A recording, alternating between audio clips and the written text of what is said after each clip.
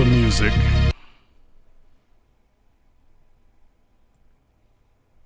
I have a question that I want to ask. Actually, not even really a question. I have a scenario that I want to ask you about, and I want to see what your answer is to this. I want you to imagine one day that you're a man. I'm going to let the women off the hook for this one. You're a man. You are a male, and one day your woman comes home and she says to you, or at least one day you come home, you walk in the door, and you notice that your woman is dressed and that you looked around and all of her things are gone. Your stuff is still there. All her things are gone. She's leaving you. Now, you got a job. You work. And, you're not making a whole lot, and not a whole lot is happening.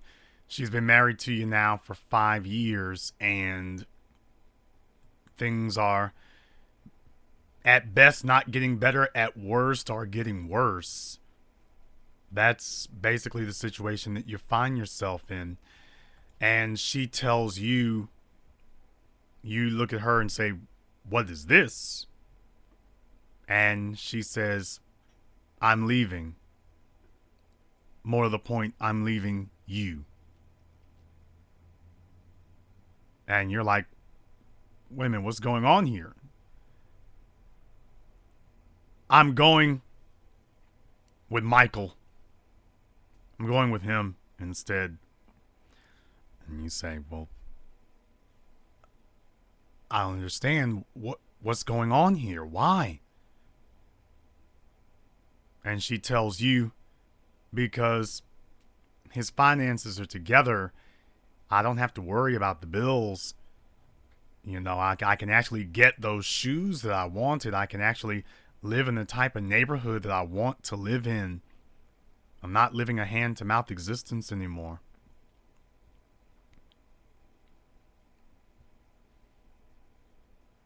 And to which you try to tell her, this is when things become feeble. You've become feeble when you hear that statement made, and then you try to respond with something else. You try to respond by telling her there's something more important than money. You tell her, "Well, wait a minute, but I've got potential. I love you. He doesn't love you like I love you." Now, how do you measure love? How do you measure that one person loves, quote, loves another person more than another person does? How do you measure that? That's like if you have children. Unless somebody expresses hate toward you, but if they don't express hate toward you, then how are you able to gauge or measure that this person loves you more than the others? Like if you have 4 kids, how do you measure? Tell me the measurement that you use to determine that which of your children loves you, quote, the most. I'd like somebody to define that for me. What is the measurement that you're using? Or are you just feeling? Well, I feel that this person loves me more than another person. I'm just standing next to them, and I feel like they love me more. Well, explain to us. Tell us, how do we measure that feeling? You can't measure it. Then, in other words, it's an irrational reaction. No, it's not. I feel it. So you tell her, "I have potential." And she responds to you, "Maybe you do. But my children can't eat your potential."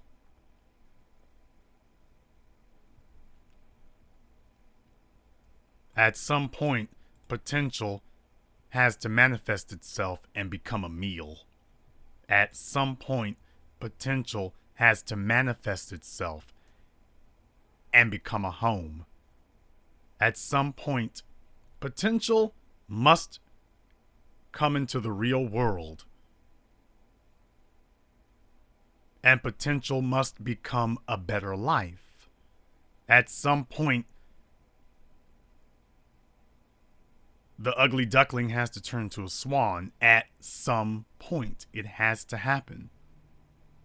Because you see, if it never happens, then what that really means is the potential was never there. You just lied to yourself or other people. We were believing a falsehood, but the potential was never actually there. It was never actually there.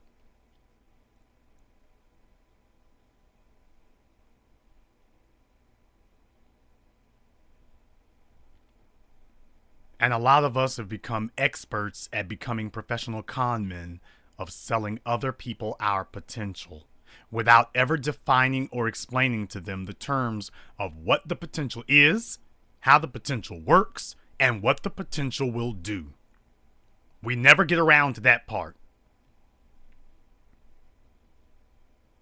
We have adopted a culture of being professional con men.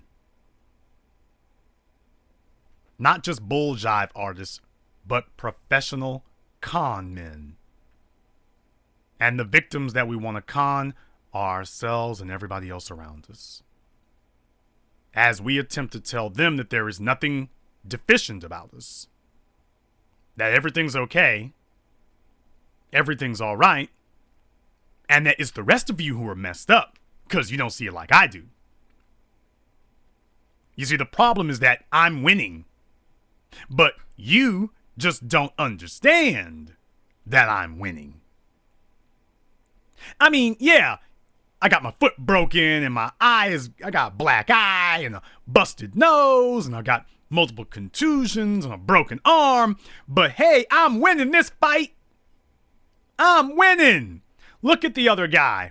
I mean, yeah, I haven't laid a glove on him yet. I haven't touched him yet. But understand, I'm winning. And that's black society today. So downtrodden and beaten down that we have actually regressed into fantasy worlds.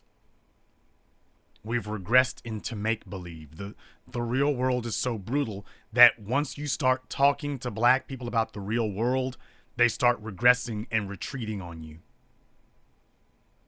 And we don't even regress or retreat to something real. We regress and retreat to make-believe. And right now on planet Earth, we are the only people who have an entire society based upon our make-believe.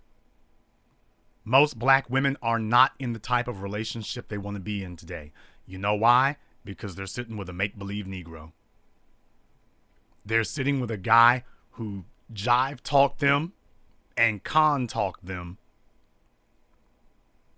into believing something, into believing in potential, in believing in whatever he was selling. He was able to talk her, and everybody can give talk. Talk is just sound. He never actually produced anything real. And most black women today are angry and bitter and upset because the male that they're with is not a man, but he knew just enough to con talk her into not asking any more questions. You see, a con artist can't answer your questions.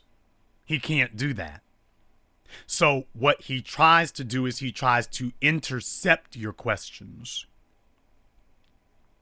The con man attempts to convince you that the questions that you have are not that important.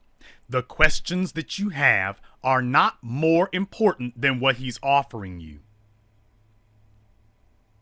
The con man is always offering you potential. He's never actually offering you something real. And he wants to convince you that all of these questions and interrogatories and all this investigation that you want to do of what he's offering, that doesn't matter. Doesn't matter at all.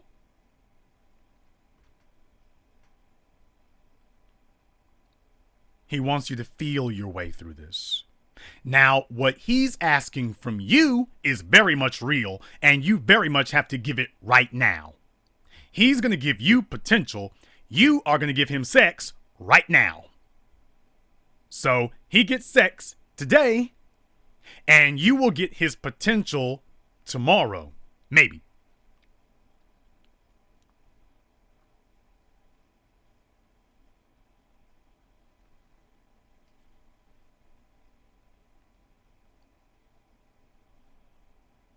You will give him something real right this moment, and he's going to give you something that you'll never be able to touch, never be able to measure, and you'll never be able to even gauge whether or not you actually even got it. Now, that's what he's going to give you. But as a people, that's what we do now. And most black women are in relationships they hate because of that. Most black men are in relationships that they are not happy with because they were under the illusion that they were going to be turning a hoe into a housewife. I want to ask you all a question. Think about your white celebrities. Think about them. Talk about the dregs of society, but think about them. Think about them for a moment. Will you all please name for me a white porn star who had pro athletes, singers, and entertainers all lined up to make a wife out of her? I'll wait for that one. Jenna Jameson, Linda Lovelace,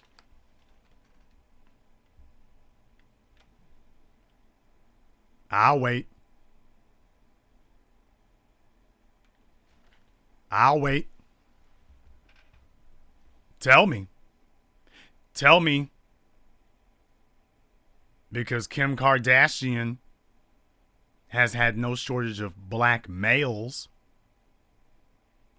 Your upper income strata black males. She's had no shortage of black male celebrities who are not ashamed to be with her.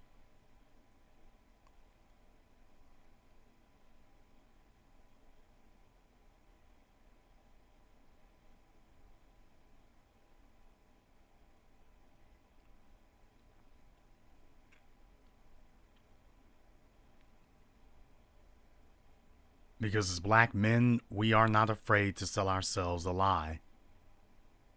We are not afraid to sell ourselves the lie that this hoe, this hood rat, at some point, because she was an easy kill, she was an easy conquer, at some point, because I don't want to work for anything really hard. I don't do that. It might get my hands dirty. I don't want to work for anything really hard, so maybe this easy kill, maybe I can get something for nothing. Which is what con men do. Maybe I can get something for nothing, and I can convert this hoe, a nothing, into a housewife, a something. Maybe I can accomplish this alchemy of transforming her into something valuable. Maybe I can do that. Maybe I can make that happen.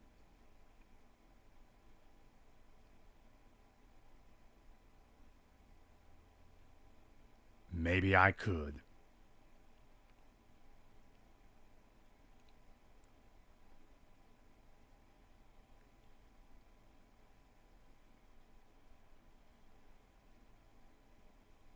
We live in a physical world, but black people are obsessed and ingrained in the idea that we will inhabit a make-believe world. I put up a video yesterday called 7 a.m. Explained. Do you know that it wasn't even 12 hours before we had a few folk come on there talking about capitalism is not the answer, economics is not the answer? Now, none of these people explained what the answer was. None of them said what the answer was to be. Understand that. Let me make that very clear. Not even one of them said what the answer was. They just put up one or two sentences. This is bull crap. Economics isn't the answer. Capitalism's not the answer. Capitalism doesn't work. It's bull crap. Not one of them said I've got the answer, and here it is. Not a one of them. Now, these are people who left comments because in black society, leaving comments is a type of currency. Attention is its own monetary system. Now, I meant that literally. In black society, attention itself is a monetary system. As a matter of fact, we value attention more than we value money. That's why you had all of those Ferguson frauds and phonies jump on the stage when Al Sharpton was there, because not because they had something more true to say than him, not because their motives were better to say than him, but because they saw a spotlight.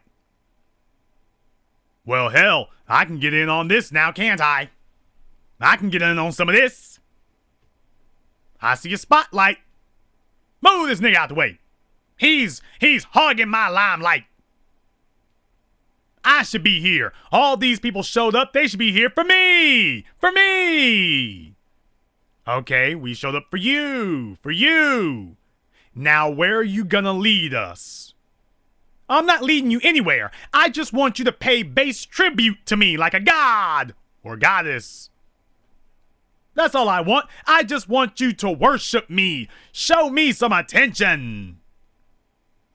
We got cops out here gunning us down, and you came here for an ego boost? Is that serious?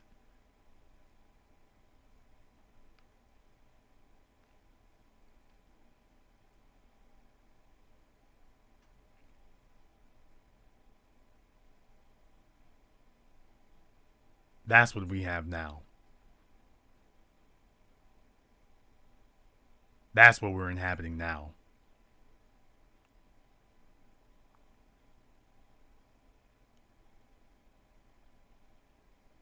A place where we con everybody, including ourselves, with absolute lies.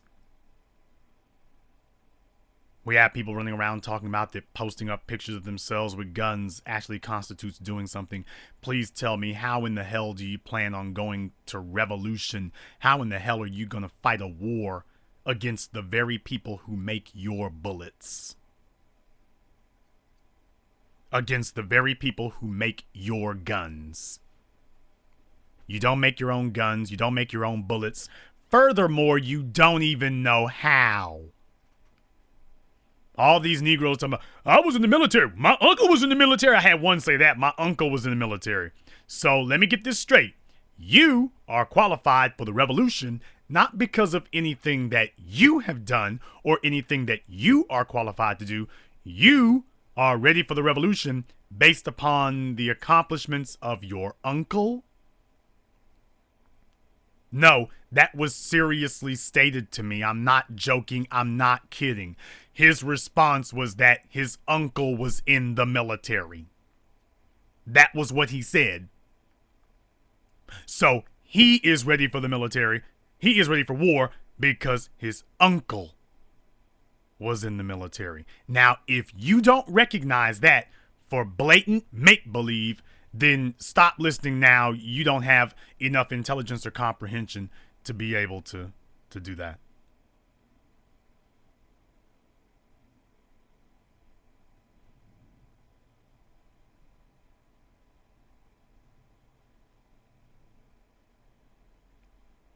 But understand, he wants to tell me that what I'm saying will not work. Just understand that now. He wanted to tell me that what I'm saying will not work, that we need to listen to him because his uncle was in the military. Not anything he knows. Now, I'm talking from what I know and what I've lived. He's talking from what he hopes based upon his uncle. Oh, yeah, and one more thing. He didn't offer to lead us anywhere either. He just said we shouldn't be doing capitalism. In black society, we are the only people led by our failures.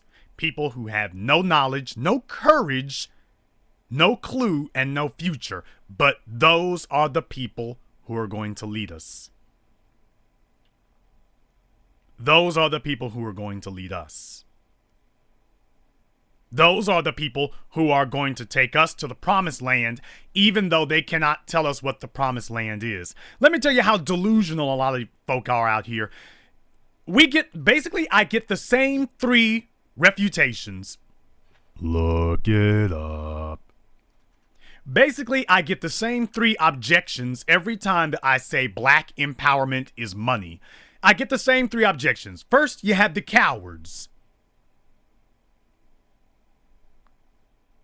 Black finance ain't gonna work. Black businesses ain't gonna work. You get the cowards first. Secondly, you get the idiots. You get your failures. The people who say there's something more important than money. We don't need to be doing that. Now, they never tell you what else we can do. These are the failures who tell you there's something more important.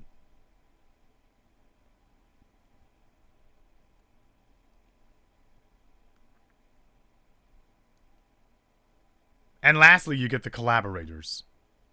The people who are actually against us moving anywhere.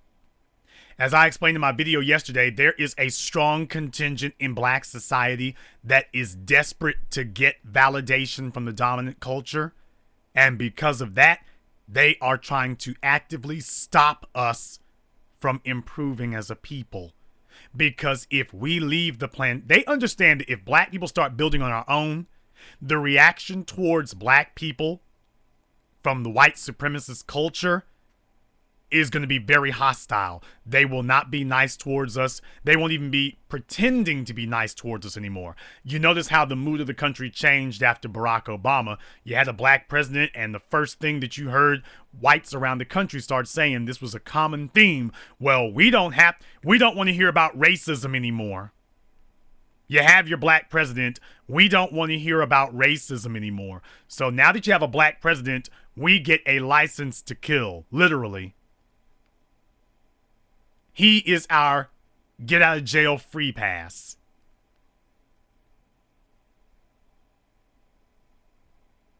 Their attitude toward us did not become more conciliatory. It became less. The more they saw that, oh, y'all are gaining power. Now we can be worse toward you. Not we should be more conciliatory. Now that we see that you look like you doing all right, now we can do worse things to you. And the collaborators understand this. Nicki Minaj understands this. Nicki Minaj wants a white man. Just like Eve. Just like Kanye. Just like the rest of them. They want out. They want that validation more than anything else on earth. And their goal is to sell out the rest of us so they can get it. Sacrifice the other 40 million so I can get my little piece. And by the way, they don't even let you keep your little piece. But if I can just have it for a little while, I will sell the rest of you Negroes. I'll put you in a damn bread loaf and bake you. But it's all about me. It's all about me. The selfish. Selfish people will kill you as a group. Your selfish people will kill you because you cannot survive as an individual. Individuals eventually get exterminated. You can only survive as a group. You must survive as a people. You cannot survive as 40 million special interest groups, individualized, separated, running autonomously. It doesn't work that way. These other people have gained power, wealth, and influence as a group, and that's the only way that you are going to survive, as a group. Not as individuals. I'll look out for me. Because even if only 10% of white society decides that they want to turn against us, guess what? That 10% is a group. In case you couldn't do the math, that's a group. And they're going to come after you as individuals. Case in point, all the donations given to Darren Wilson, George Zimmerman, etc.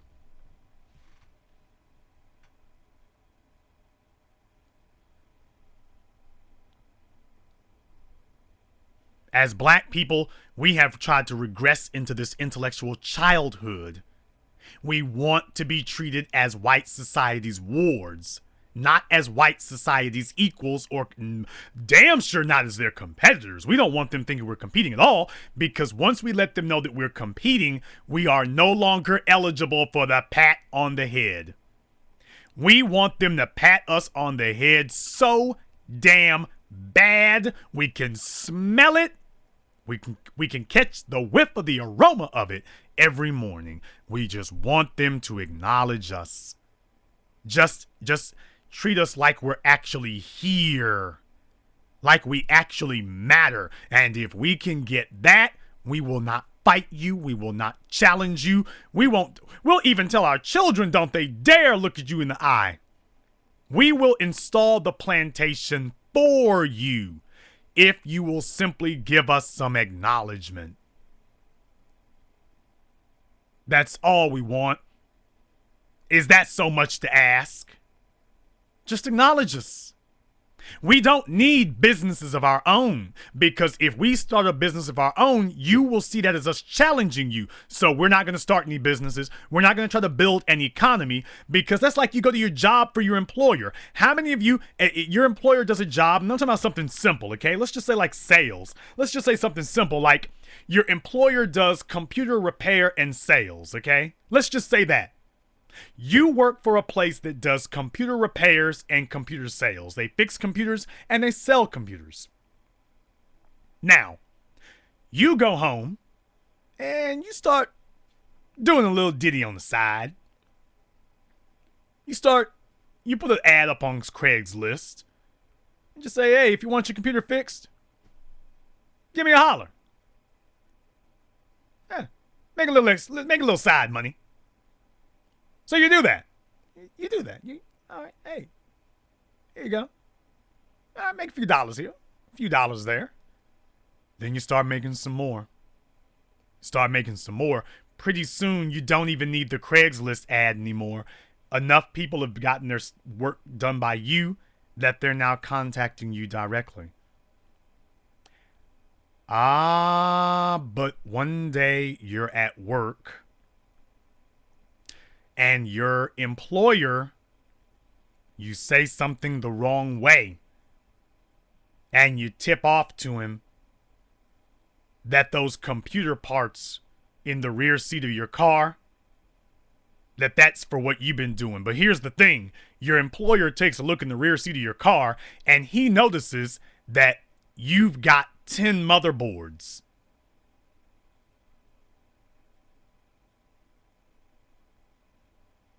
Now, you don't have 10 motherboards because you're doing a little bit of work.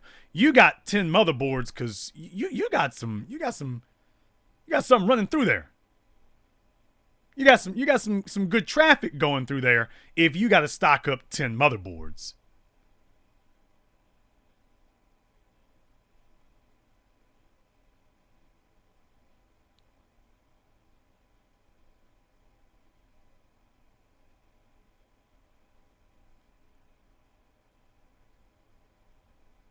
Now, all of a sudden, he realizes, damn, you're actually competing with me. And you're like, well, no, I'm not competing with you. I'm making money for myself. And he's like, no, there's only so many computers to fix out there. And you are now in competition with me for those customers. Now, you notice, you know full damn well his attitude is not going to be conciliatory. His attitude is not going to be congratulatory. Hey, attaboy, hope things are going good. He's not going to say that. The first thing he's going to say is that you're trying to compete against me. That's the first thing that he's going to say. Now, what are you going to do when he does that?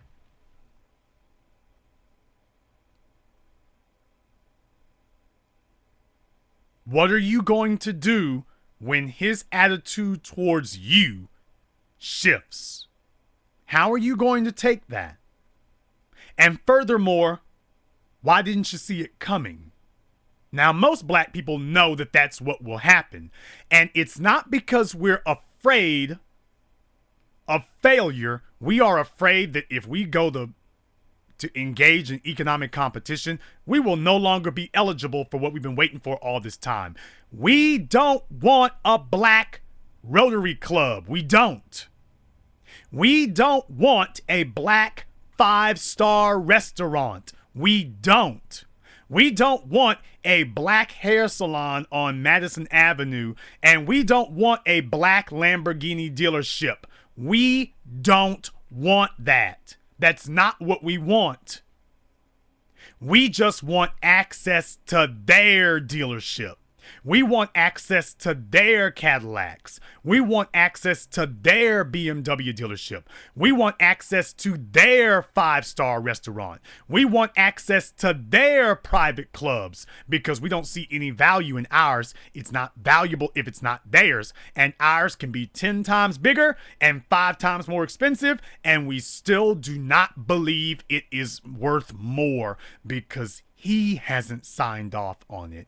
And we are still stuck. We're still traumatized. We still feel that we have to measure up in his eyes. And if we don't measure up in his eyes, then whatever we have is worthless. Not because we say so, but because he said so. If he didn't say it's worth anything, we don't think it's worth anything. And even if he did tell us that what we had was better than his, we would still drop what we were doing. Because in our minds, we haven't won. It's like Apollo Creed in the second Rocky movie. I won, but I didn't beat him. And if I don't own his restaurant, I haven't beat him. Yeah, I mean, I got 10 restaurants and he's only got 1. I make 50 million and he only makes 500,000. But if I don't own his restaurant, I haven't beaten him. That's the way that we feel. That's the way we treat life. And that's why we make up excuses to everything. When we start talking, everybody understands something. Building an economy is not easy. If it were, everybody would have one.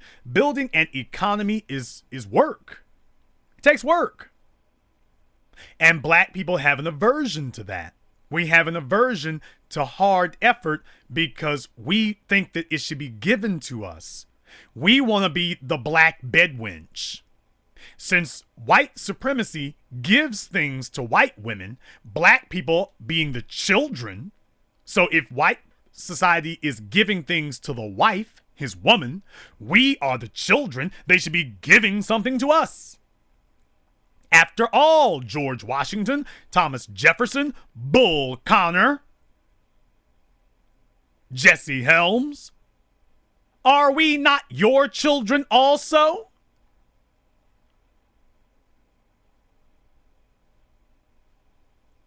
Now that's where the difference comes with me. Because I'm not interested in being somebody's damn child. I see a lot of people out here obsessing over their childhood years and their teenage years, trying to stay teenagers. They want to wear the clothes they had. They want their face to look the same. I have never wanted to stay a teenager. Never. I have never wanted to regress to my childhood. I couldn't imagine if my life 20 years ago looks just like my life today. I couldn't imagine that.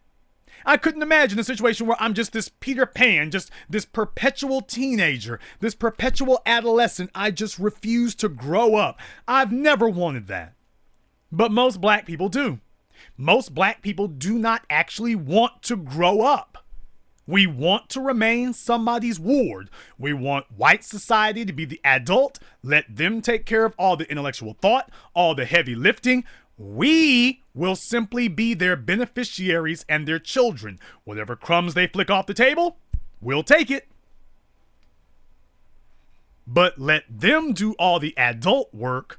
We will sit back and see if we are able to steal a few crumbs off of the floor by the legs of his chair. We'll see if we can get that done instead. That's what we do. Somebody like me comes along and says, they built their own economy. We have to build our own. Wait. No. No, we are wards. We are children. We don't have to build nothing.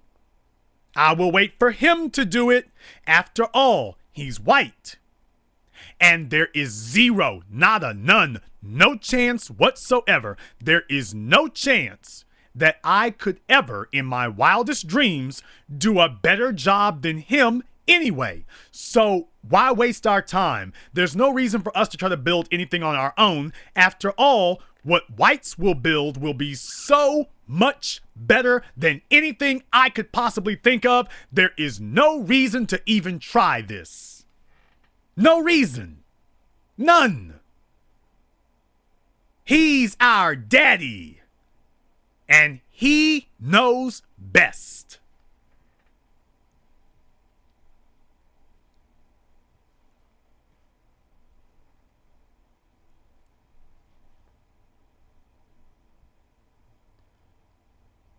In white society, they back winners. In Asian society, they back winners.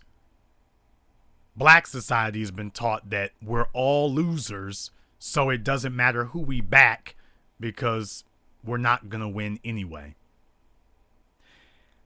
You can say as much crap as you want to, but I've told you all before, when a white woman gets with a man, he better establish that potential he's got.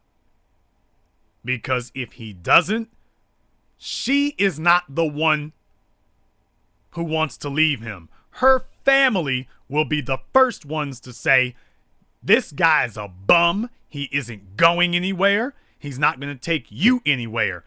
You start getting yourself into shape. You start getting your hair done. You start approaching some other men. Because this horse is a nag. This horse is a bum steer.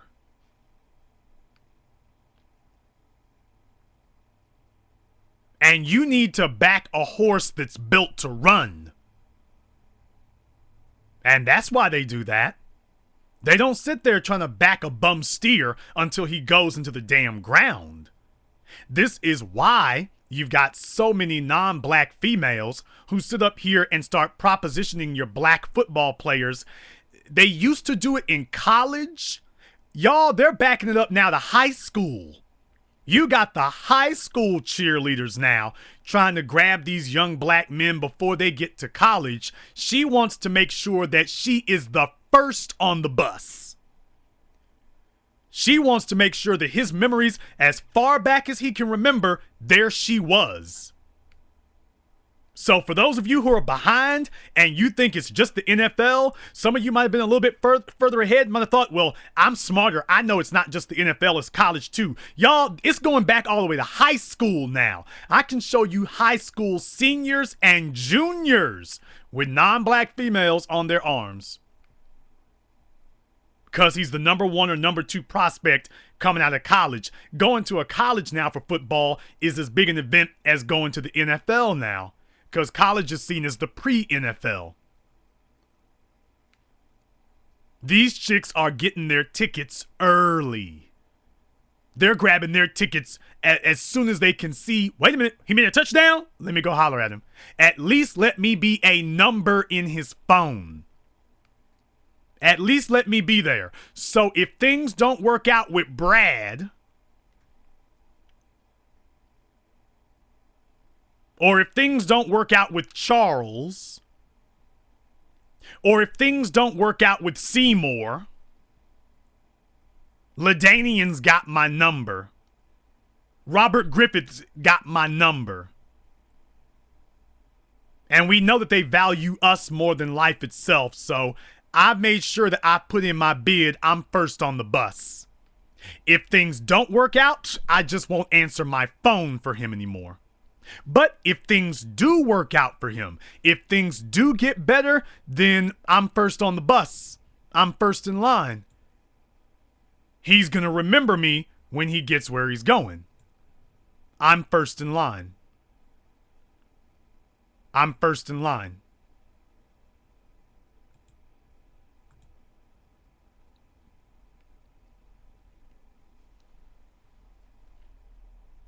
There are people, and what she will do is she will stay with him until the ride is over. And once the ride is over, Michael Strahan, O.J. Simpson. We can go down the list. There's a reason why it happens like that. She is like, dude, this is not no damn marriage. It's an arrangement. And as soon as the ride is over, I'm gone. But in the meantime, I'm putting my bid in because I deserve better, and I'm going to do everything I have to do. I'm going to be the nicest. I'm going to be the most cordial. You're not going to get any attitude. You're not going to get any back talk. You will get zero reason to say no to me. If you say no to me, it's just because you don't dig non-black chicks. But it will not be because you found something better. So I'm putting my bid in now. But let him start losing.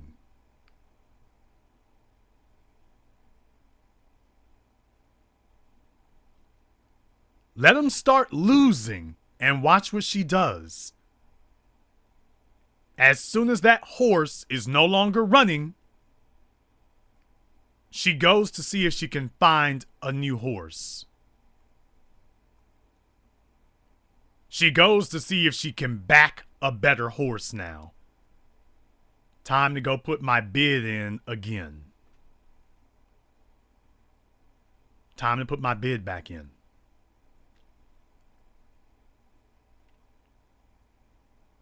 And do you know what that does in white society, in Asian society, in Arab society? Do you know what that does? That fosters a culture that the men better stay on point and better make sure they're constantly on guard and constantly got their act together, because at any moment, your woman will get up and leave. As soon as she sees that you don't have the will to produce, she goes to get someone who will.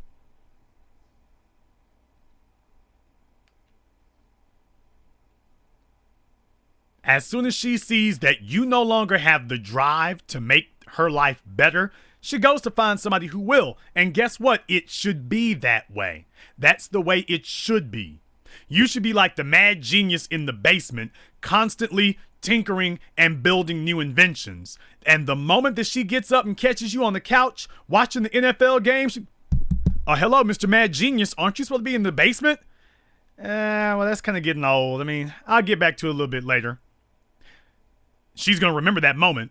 And when she comes down the second day and you're not back in that basement, you're still on the couch with the Xbox, understand something. She's looking next door. She's looking across the street. She's looking down the block, and she's looking at her job. She's looking at the grocery store, because a woman knows that she is being approached by men every day, even if it's just for sex. She knows she's being approached every day. So she knows that her odds of being able, if she looks right now, some of you slop hogs who got delusions that being a size 14 is sexy. Okay, some of you slop hogs don't get it, but for the rest of you who got some sense about you, that 20% who's not obese and overweight, for you, you understand that, hey, I got options. Understand something, buddy. I got options. She's not going to sit there and argue with you, because that's not what a smart woman does. A smart woman understands when the game is over. It's like being a business owner. Yes, I said it. It's like being a business owner. You set up shop, you hang out your shingle, you tell people that we're open, the block is hot, the customers are coming in, the money is free flowing, the good times are rolling, and then you have a down year. Then things get better and all right, everything rolls on. Then you have another down year. And then the year after that. And by year 3, you realize that there's another block on the other end of town. And that sucker's starting to heat up. Somebody has set up their McDonald's, their Burger King over there. That block is starting to heat up. And there's plenty of business down there. So guess what that means? That means that we had some good times on this block. We had some good times on this corner. We made a lot of money. We had a lot of laughs. but you're not producing anymore. Well, yeah, I mean, you're still a block, you're still a corner. You have the potential to produce. You still have the potential. But my kids can't eat your potential.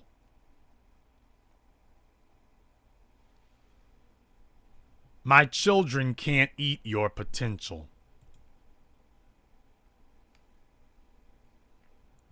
So you see, I don't have the luxury of sitting here and waiting for your potential to one day pay off. I don't have the luxury of being able to do that.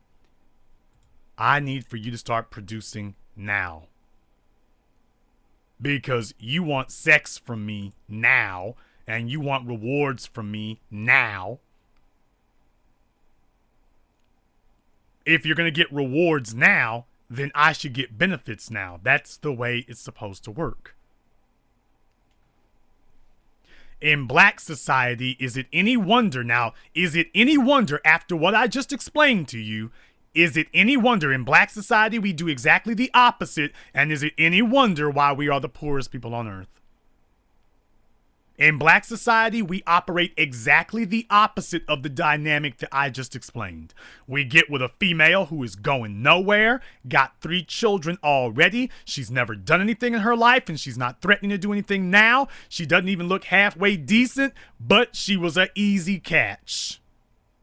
And you see, I don't want to work and I don't want to get a job, so she was an easy catch, and she's telling herself that you are full of potential. So you have a hoe who was an easy catch getting together with a dusty Negro who is a con man talking potential.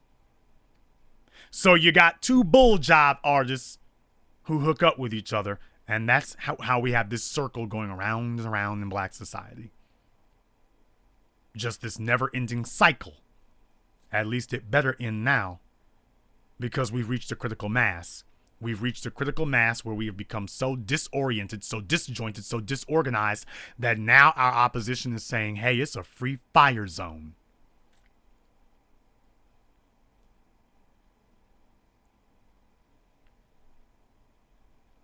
Brothers and sisters, we have to make a choice now.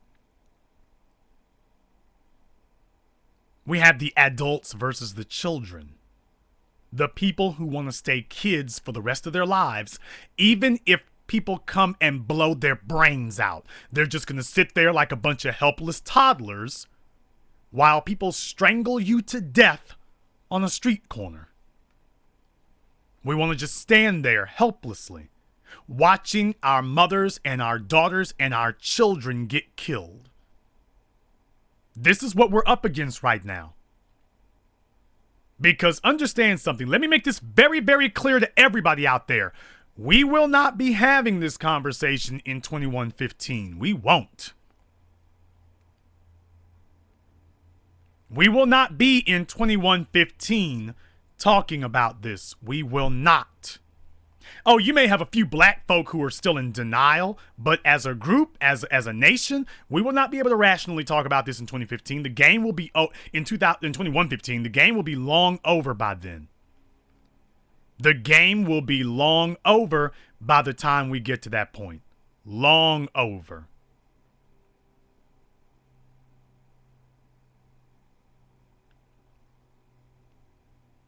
Long over.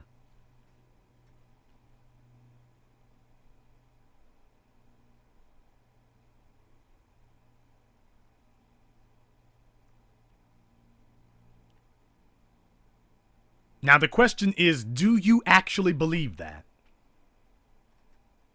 Do you all actually believe that we've reached a point that today we are under a campaign of extermination? Do you actually believe that? Or do you just believe that Eric Garner and Michael Brown and Trayvon Martin and Tamir Rice and Akai Gurley is just a losing streak?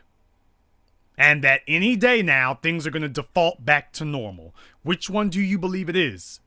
Do you actually believe that we are in serious trouble? Or do you just believe that we're on a losing streak right now, but that otherwise we're okay? We're just in a slump. That's all. We're just in a slump. But pretty soon, we're just snake bit, but we'll be all right. Now, you can't point to any time in history where we have been all right, but do you really believe that we are in danger of being wiped out completely right now? Not next century, not next week, right now? Or do you believe that we're just in a slump and that people like me are just overstating the matter? That this is not a condition, this is just a temporary aberration from the normal. And things will be back to normal here any moment now. Which do you believe?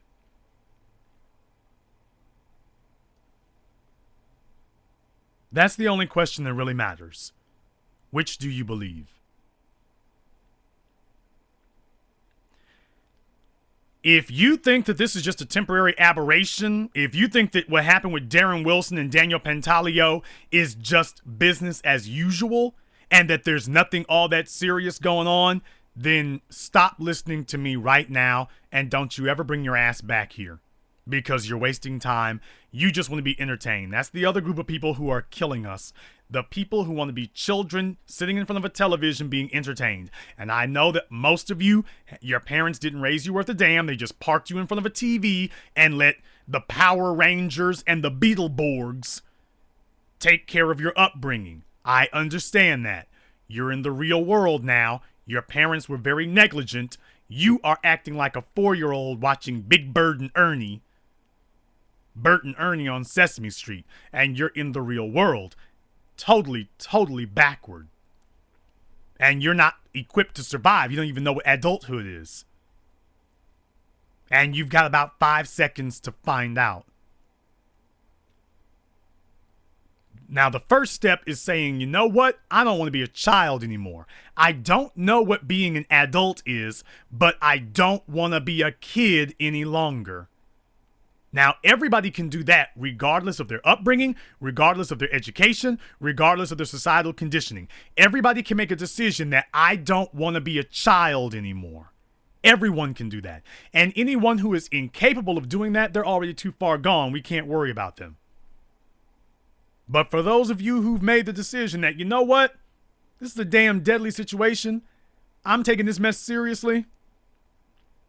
I want to be an adult now. Come and join us.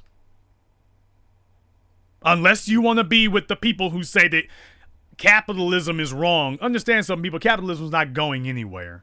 It's not going anywhere. Had a couple of idiots talk about we're going to go to Africa. What a moron. This tells you how completely idiotic a lot of people are. What a moron. As if white supremacy is not already running the yard in Africa now. They're talking about Africa as if Africa is untouched. Africa is okay. Africa is safe. White supremacy doesn't have any toeholds over there. White supremacy runs the yard. Hell, they call it South Africa. They're 10% of the population, and 20 years after Nelson Mandela was freed, and black folk are still the stepchildren and the footstools to the Afrikaners to this day. This is what I mean by this make-believe world. We make believe that the people who make our bullets and our guns are going to allow us to revolt. We make believe that we actually want to revolt. We don't get them to do anything. We just make believe like we're going to. We make believe that our religion, we can pray our way out of things. Can't show us where it's worked so far, but let me just keep doing it. We make believe that there's some mystical, magical black land. That if we all would just get on the boat and go there, everything will just be fine. There's this pristine, magical netherworld that hasn't been touched by white supremacy, and we'll be able to leave and go there alone.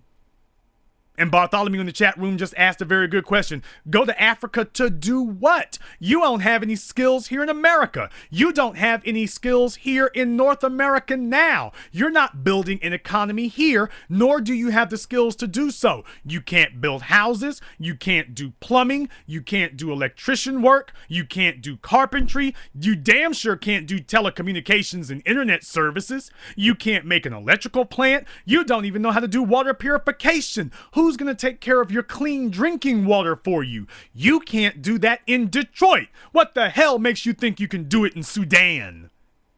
That's that make-believe talk. You're not doing it in Detroit, but you want to try to stop people from criticizing you. So you're saying, well, if you would just let me go to Never Never Land, I can do it there.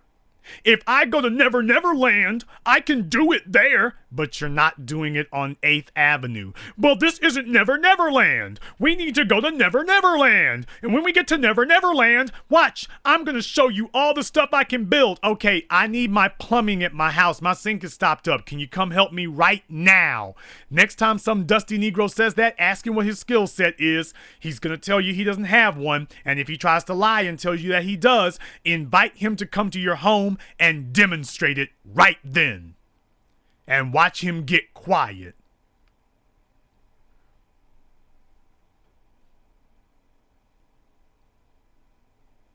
You can't even fix your own plumbing in Harlem.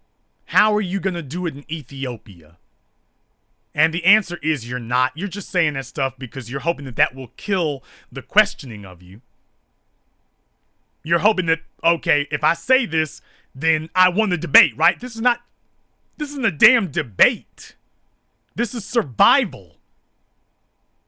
And we have irrational, immature Negroes treating this like it's a debate. There's no debate here. This is survival we're talking about. It's survival. And you are trying to debate during our convening a convention on our survival.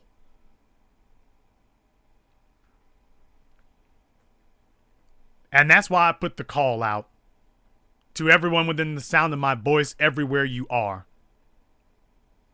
In less than 2 weeks, it begins. A project that has been building now for over half a decade, 7 a.m. I'm inviting every single person within the sound of my voice, anywhere and everywhere you are. I want you to turn out. I want you to bring your friends. I want you to bring everyone. Let us turn this into the event of 2015. Let's not wait for it to happen. Let's not hope it happens. Stop waiting on somebody else to be the adult. Make it happen. I can't be everywhere, but you can. And let's not hope and wish. Let's make this occur. Let's make it happen. I want you to go to our website, 7ammovie.com. That's 7ammovie.com.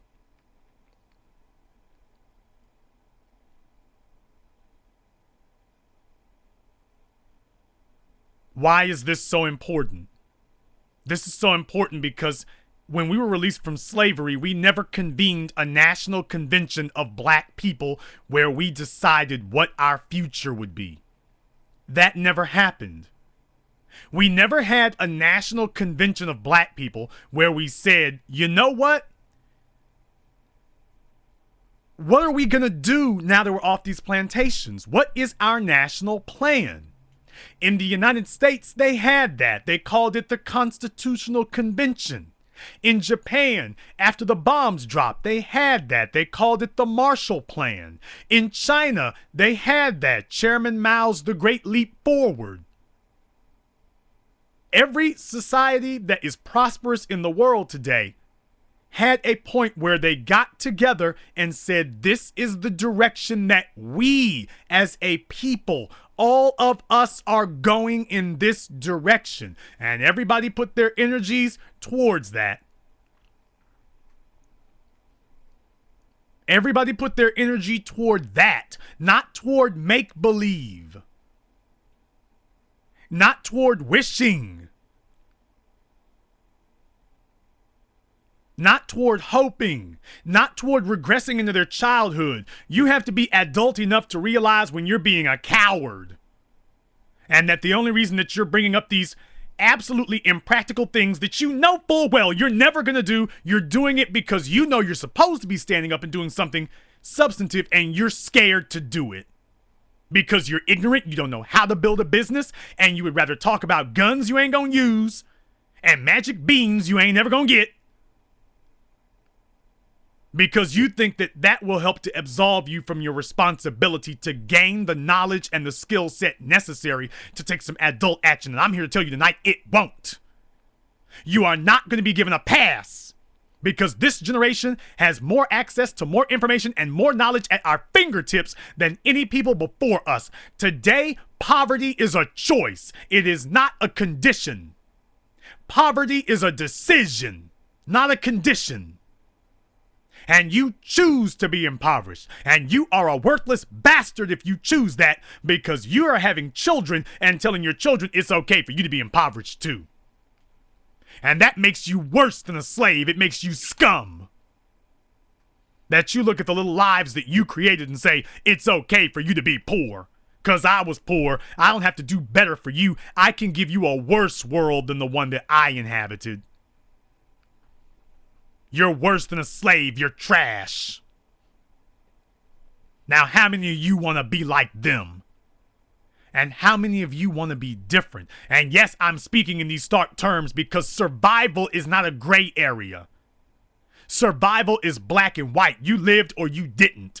You survived or you didn't. And we owe it to our children to show them that in the year 2015, we got dead damn serious about survival. No joke, no game, no smile, no kidding.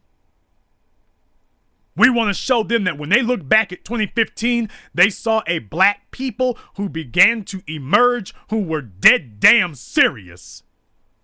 And we started building in 2014. We got out of the starting gate in 2015, and we were rolling like a runaway freight train by 2016.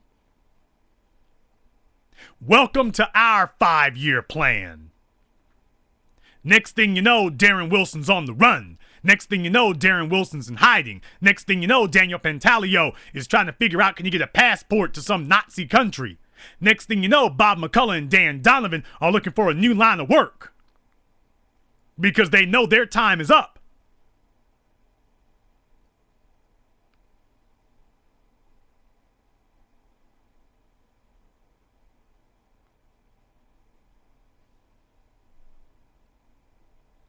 All of a sudden, people understand how serious it is. Because we as black people have actually done the one thing that they knew they couldn't stop. We cannot be victimized by you because we did not get our money from you. We made our own. You see, white supremacy understands that money is a weapon. They weaponize everything, including their economy. And that is why the first thing that they choose to do when they want to punish somebody, when they want to assault somebody, the first thing, not the last thing, the first thing that they lead with is punishing you with restriction of money. They use their dollars first. When they want to punish another nation, the first thing they do is start retracting the money. The first thing they do is you wake up to use your debit card, you're sliding it, insufficient funds, invalid card, slide it, invalid card. Now they know I've got your damn attention, now don't I? Whatever else you were planning on doing today, you ain't gonna do that because now this is gonna supersede everything. You thought you were gonna ignore me, but I've got your undivided attention now, don't I? Now we're going to talk about what I want to talk about. You are not compliant. You will either comply or you will simply sit here until you wither and die. And I've got no guilt. I gave you a choice. You have chosen that you will not survive. I guess I can't do anything about that. You can always let me have the money. Probably not.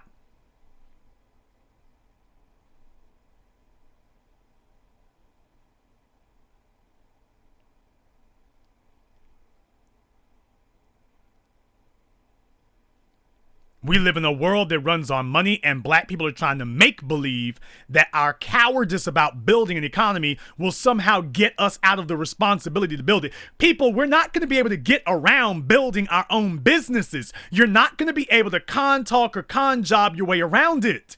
That mess works with your girlfriend when you want some sex, and that works with your boyfriend when you want a new pair of shoes, but that does not work in the real world. Dusty nigger rules only work with dusty niggas. It does not work in reality. It doesn't work in the adult world. You're just gonna have to accept that. We live in a world that you're going to survive based upon your control of power, wealth, and influence, starting with the money. And you can't make believe your way out of this situation. It was there before you were born. It is firmly entrenched in the world's firmament, and it is worldwide. There is no place on this planet that is not touched by commerce. That battle was ended 4 centuries ago. It was over. That's what the whole push to colonize the world was about. The ever-expanding need to increase their capital and their economic gains and the resources they had access to. That's what all that exploration was about. To find new lands that they could colonize for commerce. The fight is over. And we got Negroes out here fantasizing that the fight is still going on. Buddy, it was over 4 centuries before you were born. At this point now, you just look pathetic living in denial. It's over. Now, do you accept it's over, and are you ready to start taking some adult action? Or are you just going to sit here and make believe that you have some option that nobody else can see? You found an answer that nobody else can see, and you tell us that you can't show it to us either. Doesn't that sound like religion? I found a salvation, but I'm not going to tell you what it is, and I can't show you until you're dead. But once you die, you'll see everything I said was right. But if you're lying to me, I won't be in any condition to punish you for your lies. Well, you just gotta trust me. Yeah, that's what these people talking about. We're gonna have a gun revolution, and we're going to make believe, and we're gonna go back to Africa, and we're going to resort to our spirituality, and we just need to learn our history. Yeah, that's what they sound like. They keep promising you a solution that they never show you, and can't show you anybody else on earth who's making it work. They can't show, hey, here are these other people, and their spirituality is conquering white supremacy. Why don't they show us another group of people on earth who their spirituality is conquering white supremacy? Show it to us then. Show it to us so that we can mimic what they did. Show it to us. But they can't. And they won't, because it's not there. It never was. You're just talking to this little cowardly person. And he understands he should be doing more. But he's not, because he's a coward. And that's the kind of thing that makes black folk want to sell out. Because they take a look at black folk and they say, well, hell, we're a race of cowards. Why shouldn't I just be like Nicki Minaj? That's what Nicki Minaj said. Nicki Minaj looked at black folk, she looked at white supremacy and said, well, hell, black folk don't have the power to punish anybody. Why shouldn't I just be a coward too? Black folk have no power, wealth, and influence. Why shouldn't I just bend over and bow down? Why shouldn't I just do it? Hell, there's no reward. It's not like black folk are a bunch of courageous people. Why should I get out there and put my neck out there on the line? Why should I have some courage and a spine and some dignity and some scruples? Why should I do that? And then that creates a culture where we encourage our children to be ashamed to be black, because they associate being black not just with being poor, they associate being black with being cowards. Our children believe that to be black means you must be a coward. That's what our kids think of us. And you can go talk to them and find out, because everything they speak to you is about fear. In their minds, being black is synonymous with being a coward. And that's the reason that so many black folk are loud and boisterous and belligerent. They're because any psychologist will tell you, find the loudest person in the room, the person who does the most yelling. It's like a chihuahua. He barks as loud as he can because he realizes he does not actually have the physical capability to stop you. So he barks as loud as he can, hoping that his bark will threaten you into thinking that all this noise he makes means that he can channel that into physical punishment. And in reality, he can't.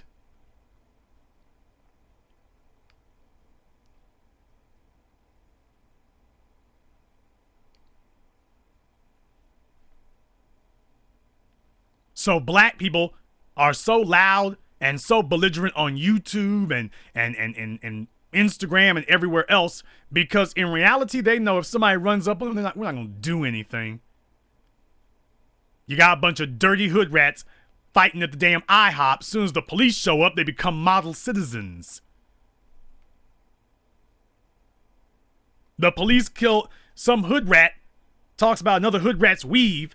Now they'll swing at each other, but the police show up and just shot your mother or just killed your brother and you're perfect citizens. But you talk loud, boy.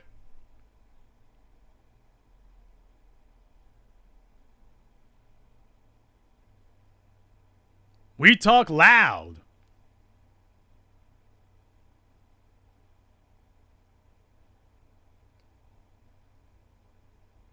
Because we're trying to mask the fact that we're scared.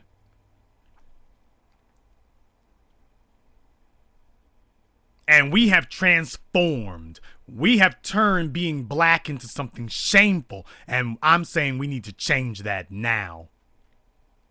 Don't tell me about how we got here. Everybody knows how we got here. That's another deflection. Black people specialize in concentrating on deflections. We want to talk about ancient history. We want to talk about American history. We want to talk about everything except where we're at right now. We know how we got here, and in reality, it doesn't even really matter except to the point that we need to understand how we get out of it. And people want to talk about everything except how we're going to deal with it. Well, look how we got here. Well, the folk who put us here are not going to take us out of it. So do we want to leave? Yes. Then what are we going to do to leave it? Well, look how we got here. That's a Negro who doesn't want you to get out. Because he's not talking to you about how we leave. That's why he wants to talk about slavery, and he wants to talk about European history, and he wants to talk about the pyramids, because he wants to avoid the conversation of how we're going to get out of this mess. Because he doesn't actually have a plan, and even if he did, he's too cowardly to execute it. And that is what makes our children ashamed to have us as parents and to be a member of our group. That is what creates this rise in interracial dating that you're all seeing, because the children are ashamed to be black, because as far as they're concerned, the whites and the Asians and the Latinos are courageous and black people are cowards, and your children do not want to be part of a cowardly group. They want to be part of a group that they feel has something they can be proud of. Now that's just the honest truth. And if somebody is upset about that, if somebody is angry about that, to hell with you. Because it's the truth. You are the reason for it. Because there's nothing that white supremacy has done to us that we couldn't stop this afternoon if we wanted to. And I mean that literally, this afternoon we could stop it. If we actually wanted to do that, but we've got this psychosis that's led us to the point that we don't want to. We're scared that we can't get their acceptance. We're scared that we have to actually stand up and do some work for ourselves. We're scared that our children will have a better life than us. We're so hateful and spiteful that we want to make sure our children don't have something that we didn't have. We want to make sure that our children do not have opportunities that we ourselves did not have. So if I can't get that Cadillac, I'll be damned if I'm making sure your little ass gonna get one. I'm gonna get a Cadillac even if you have to grow up in poverty. I'm gonna get one. You worry about getting your own. I'm gonna get this. Now, do a people who would so readily sell out and sabotage their own children deserve to survive? Now, that's my question to you.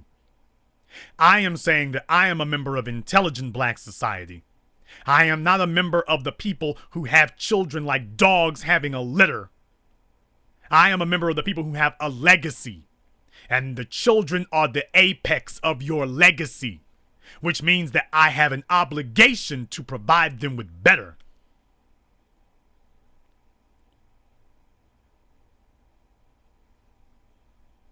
I have an obligation to provide them with better. That is what civilized man does. Civilized man does not look at his problems and retreat into fantasy worlds. Civilized man takes care of their children by ensuring that their children have a better chance at survival than they did. There's a saying that all revolutions start when the people get hungry. But you know what? I want to add a correction to that statement. I want to add a correction to that. All revolutions truly begin when the children get hungry. All revolutions start when a people realize that they've been backed into a situation where they are no longer able to take care of their own children. That is where all revolutions start, because they take a look at their legacy, the little lives that they brought into this world, the people who are going to carry on their name and their hopes and their dreams, and then they see that you are trying to sabotage that and kill it. That's when they pick up their pitchforks. That's when they pick up their scythes. That's when they pick up their blades. That's when they pick up their guns. When the children can't eat. You can assault me, but hands off my children. You can't have them. You can't have them. That's the tipping point that sets people off. It sets a sensible people off. When they realize that their children are in danger, they rise up. When they realize that the children are being threatened, they rise up. You could mess with me. You could screw with me. You could fool with me. You could mess me over, but you will not threaten my children. You come after them and you're playing with your own life now. And when they see court systems threatening their children, when they see prosecuting attorneys threatening our children, defense attorneys threatening our children, white supremacists threatening our children, the people are supposed to rise up. That is supposed to be the breaking point.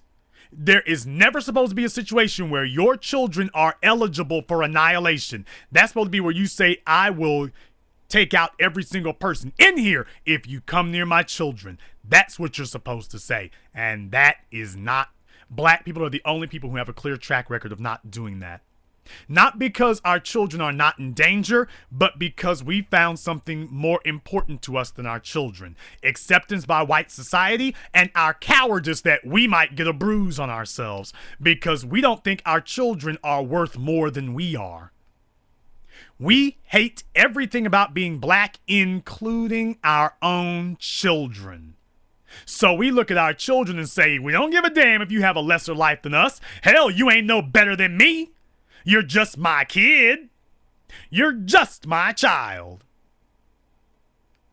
And I say that we have to annihilate the people who think like that. They cannot be allowed to poison the well any longer. They are leading us all to the brink of extinction because for 3 generations now, we've had this government subsidized campaign of corruption in black society where people are having children and telling the children that it doesn't matter what happens to you, and so the children tell their children it doesn't matter what happens to you kids, and then those grandchildren tell the next generation it doesn't matter what happens to you. And that's how you end up with a Lil Wayne, minds fried. Nicki Minaj, mind fried. Take a look at how she was raised, or should I say lack thereof. Mind fried. Eve, mind fried. Dr. Dre, Andre Young, mind fried. We can go down the list. We can go down the list. These are people who did not come from families of legacy, where the family is passing something down and it is your turn to maintain that which was being passed down to you. We don't have that because black people say the children ain't worth more than me. When you actually believe that your children are worth more than you don't let police kill your children. You don't let random strangers like George Zimmerman kill your child, not without retribution. You don't sit here and allow politicians to tell you that your children's survival is up for debate in the court system. Well, the court says that it was okay to kill your child, so it's up for debate. So the debate is over, and we concluded that you concluded my child should be avenged. No, we concluded that your child's life was just an unfortunate loss, and everything moves on. Show goes on. Next. You see, a civilized people do not let their children get slaughtered. A civilized people do not have the highest abortion rate in the country. Oh, I wasn't supposed to say that, was I? Moving right along. A civilized people rise up in revolt when their children are being threatened. A civilized people do not let other people threaten their children with their economy. A civilized people make sure that their children are safe and sound. And that means the children have to be self-sufficient so that nobody can threaten them.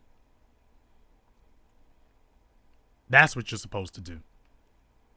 And that's what I'm calling everybody together for now. I want us to have a national conflagration. For the first time in Black history, I want us to come together as a group and start to say, this is the way forward. We are going to start with businesses. At every single one of the locations where 7 a.m. is going to be playing, I want 4 of you to get together in a group, and I want you to make sure that you've got 4 years worth of capital, and you're going to start a shopping center. You're going to just start as a little shopping plaza. 3 little shops. That's it. Fine. I don't care. All you need is just 3 big spaces.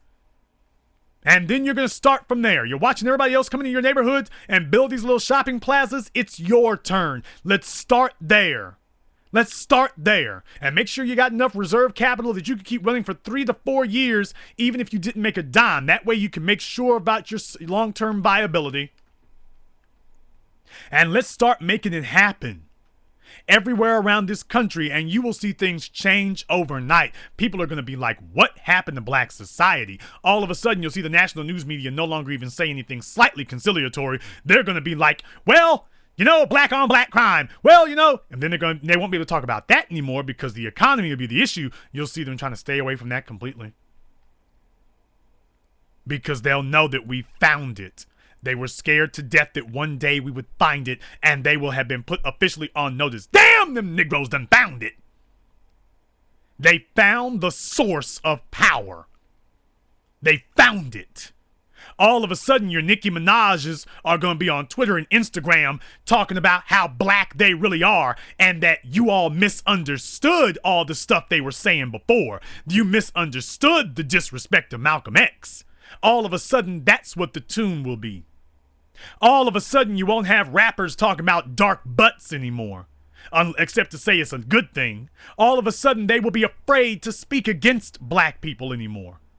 Your children are going to hold their heads high and say, my dad owns that store. My mom owns that shop.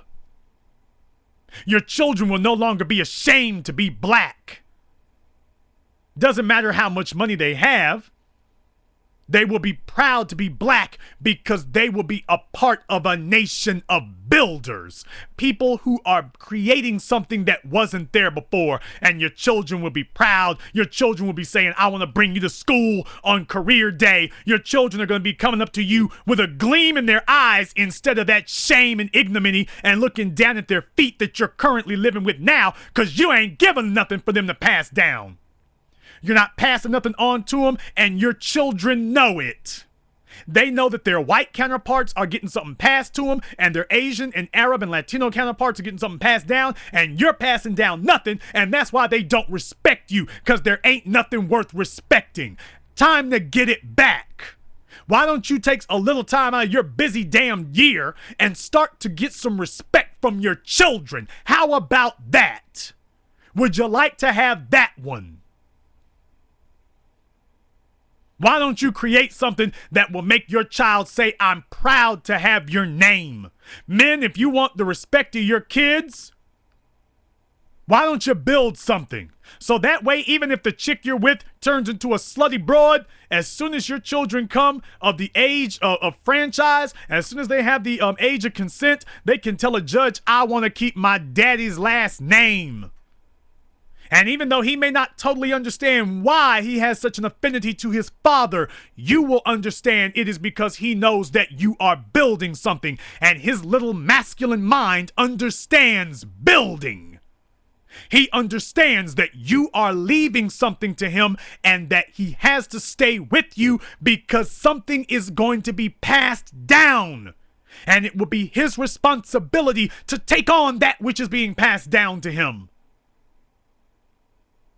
And you won't have to worry about your kids disrespecting you anymore. You won't have to worry about your children being brainwashed by Hallmark cards trying to tell your children that they don't need a daddy, that their mammy can be the mother and the father. You won't have to worry about that anymore. Those greeting cards will disappear because your sons and your daughters will have nothing but overwhelming respect and esteem for you.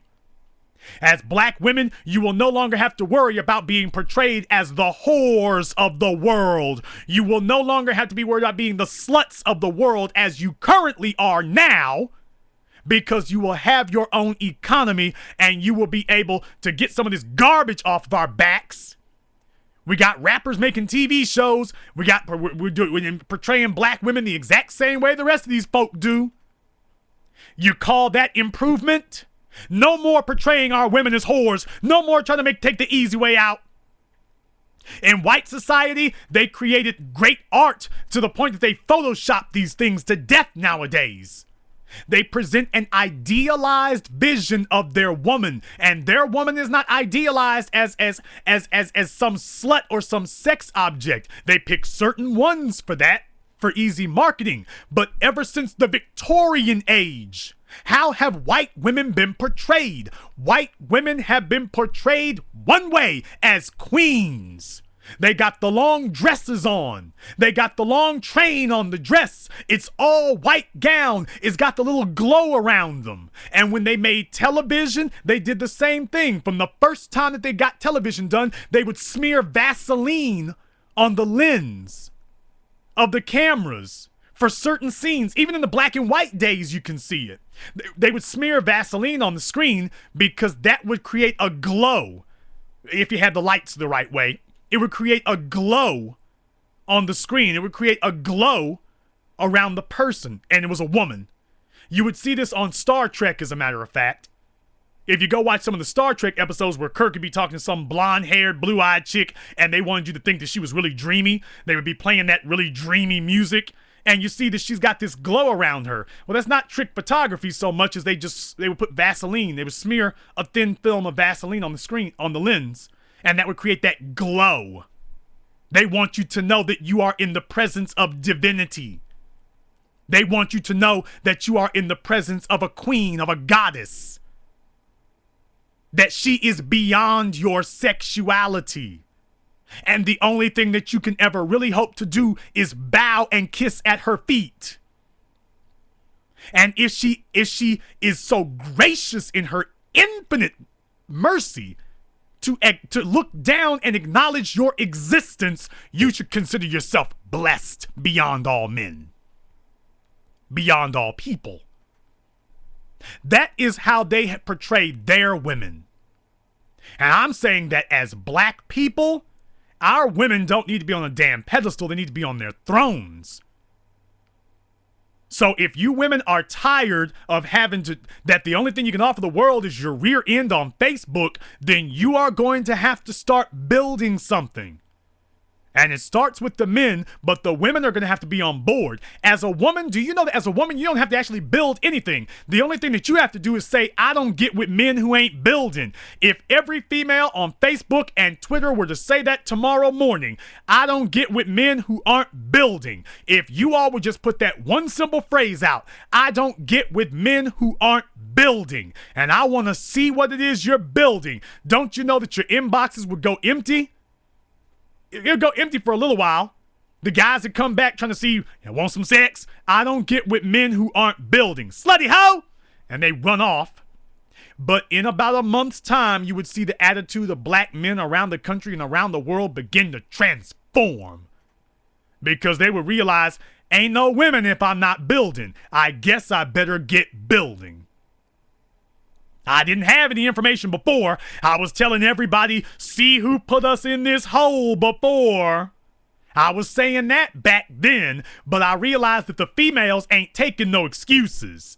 And I don't have any excuse for not getting some sex. So I got to get this building going on because I'm going to get me something.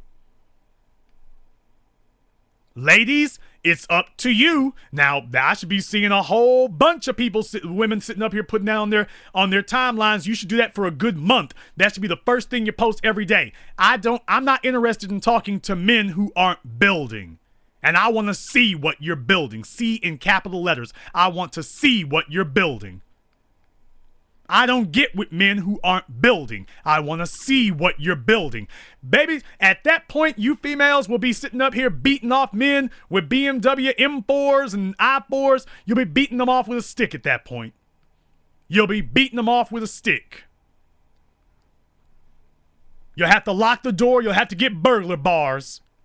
You'll finally have access to the kind of men you wanted, because when a woman rewards a dusty Negro, don't you understand? All you really told him is, well, hell, I ain't got to build nothing. I can get the sex without it. I can get female company without it. I can get her rubbing my head and pat me on the back. I can get it now without building something. Why should I build anything? Why should I buy the cow when I can get the milk for free?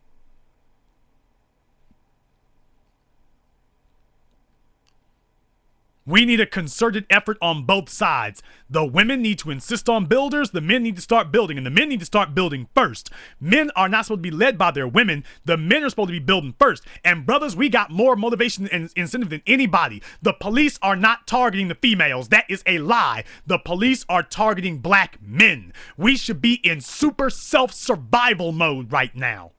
We should be in super self-survival mode. Everything we do should be about building, because everybody's coming after us. They're not going after anybody else. They're coming after us. We should be on top of this damn thing.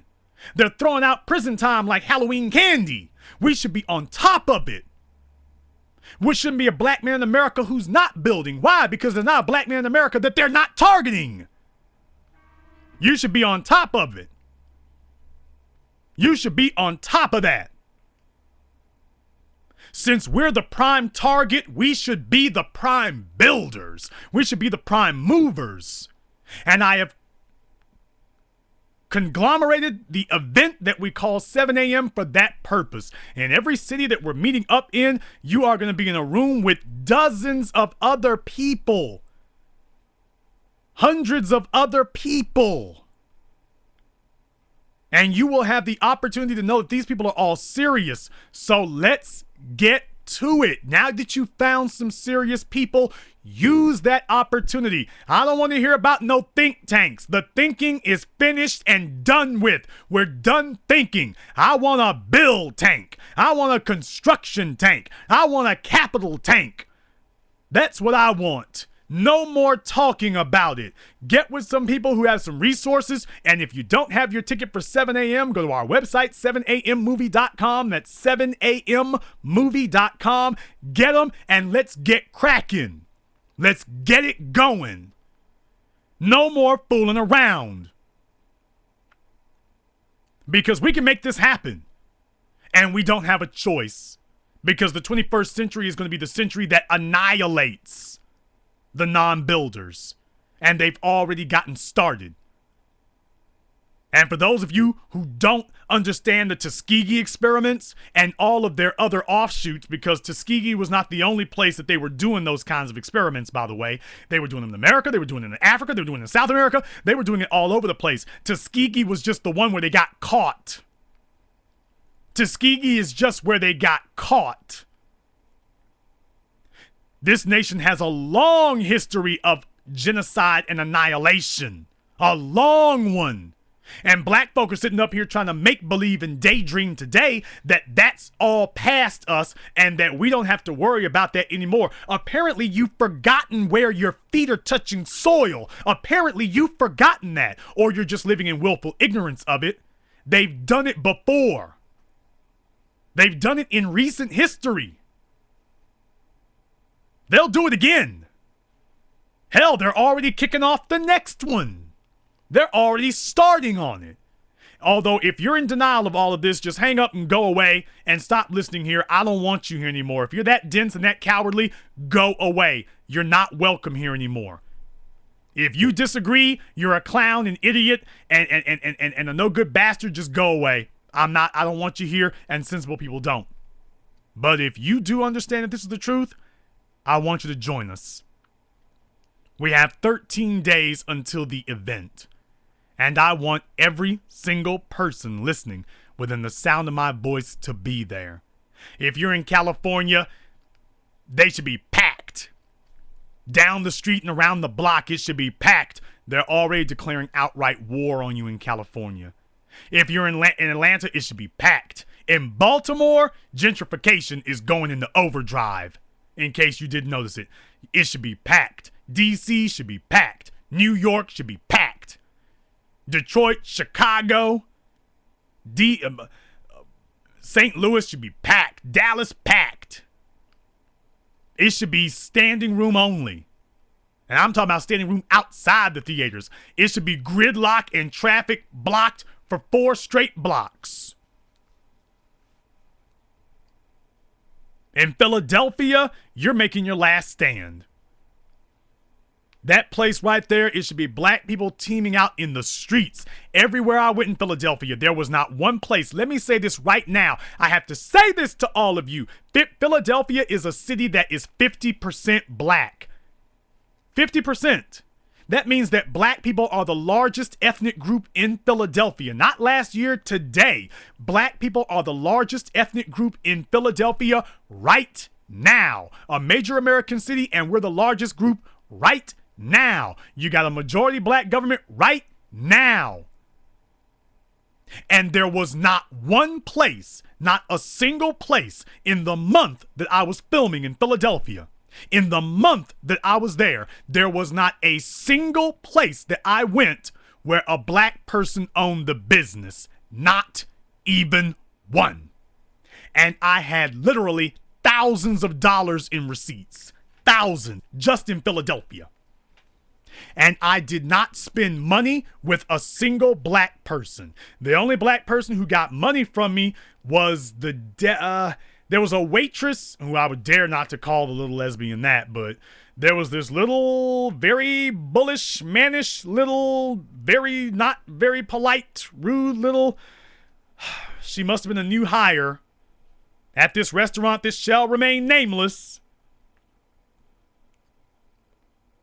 She was completely ridiculous, even if you didn't know what you're doing. And it was her Latino manager who had to come and serve us. It was her Latino manager who came to serve us. Now, he was perfectly fine. Her, on the other hand, she's not ready for survival. That's the only black person I came close to giving money to in a month that I was there. A month. How can you be a city that's 50% black? And I was in the black part of town. I mean, I was in that area. I've named off those places to you all before. By the way, you all know I was there. You all know I was there. Roosevelt, Adams, Broad Street, Front Street. You know I was there. If you live in Philadelphia, you know what I'm talking about. And I went down Broad Street. I went down Broad Street on Friday night. I went down Broad Street on Saturday night. They had some hole-in-the-wall clubs out there. They had some hole-in-the-wall clubs. Boy, I'm trying to think. It's on Broad Street, and you're heading, I guess that would be north, I want to say. You're heading up towards Horsham. You're heading up towards Horsham, towards that, in that direction. And it was on Broad Street, and it's like right down there past the police station. There's a police station on the left-hand side of the street, and they got a mural. I show it in 7 a.m. They got a mural where they got slain police officers on that police, I guess that's a precinct. So the people who live there, you know full damn well, if I'm describing this, I was there. I seen it. It was on that street, and right down from there is some hole-in-the-wall clubs, and Negroes was packed. The Escalades and the cars were all out in the streets. They were all out in the streets. Now, Alpha Grio is in the chat room, and he said that's North Broad Street. So understand, a lot of people lie to you. If you think I was just driving through that place and not paying attention, I paid a damn lot of attention about what was going on in Philadelphia. I paid a lot of attention to it. I got plenty of people who will sit here and co-sign what I'm saying right now. You know I was there. And I don't remember the name of the club and stuff, and it was so dark I couldn't get footage of it. The only way I would have been able to get footage of it is if I had lights with me and I was scared somebody might start shooting. It's like, wait a minute, is the police or something? But no, them Negroes ain't gonna shoot the police. I probably would have been just perfectly safe. But in any case, it was like 2 clubs. And here's the thing, it was 6 a.m. It was 6 o'clock in the morning, and Negroes were still lined up in the club, the cars out in front of it. 6 in the morning. 6 in the morning, they were still out there. But I didn't spend money with a single black business the entire time I was there. In Plymouth Meeting. Yeah, that's right. Germantown Pike. We can do this all damn day. We can do this all damn day if you want to. I can name off streets. I can name off freeways. I can name this all day if y'all would like. It's not going to get any better. It's not. Plymouth Meeting was no different. Plymouth Meeting was no different. Had the hotel, the only black person I encountered was the desk clerk. There was no place to do business. After our second week, I didn't even bother to ask if there was a black business. I didn't even bother to ask anymore. Because I just simply realized that black folk in Philadelphia ain't doing nothing.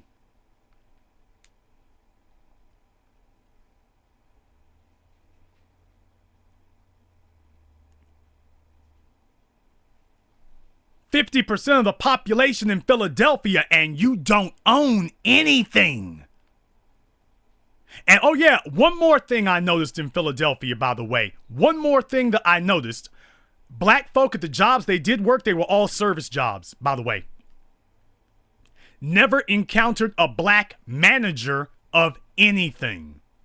At the Walmart, it was nothing but black females. At the Wendy's, at the KFC, at the Home Depot, at the dollar store, at the gas stations, plural, at the hotels.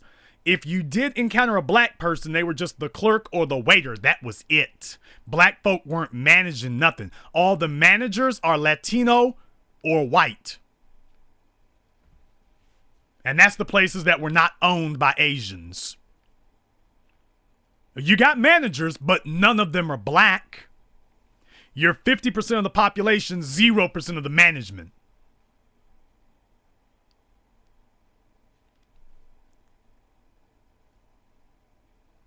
And if any, I could do a whole documentary about just the corner of Adams and Roosevelt. I could do a whole documentary about just that corner, just that one alone. That one by itself. So everybody out there who lives in Philadelphia, you know I just read your book. I just read your whole book, and you know it. And you know it.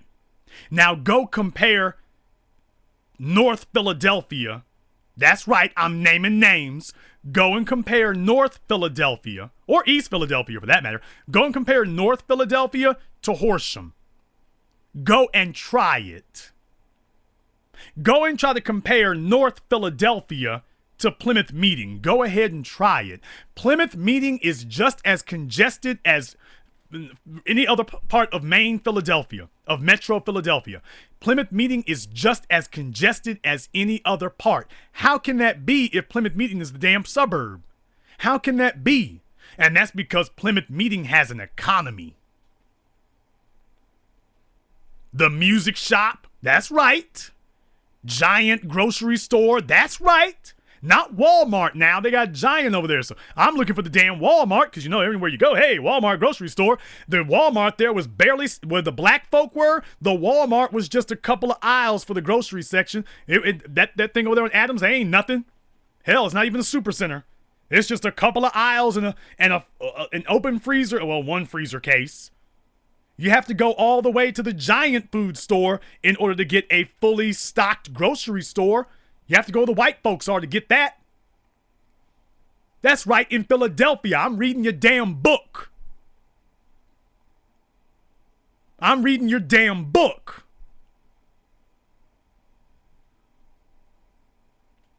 I had black men at the stores and stuff trying to sell me DVDs and trying to sell me, perfume, well, not perfume, cologne. Everybody's trying to hustle something.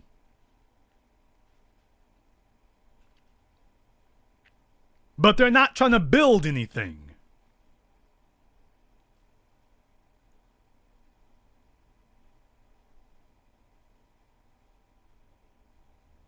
And that's why you don't have the respect of your children, your women, the police, or anybody else.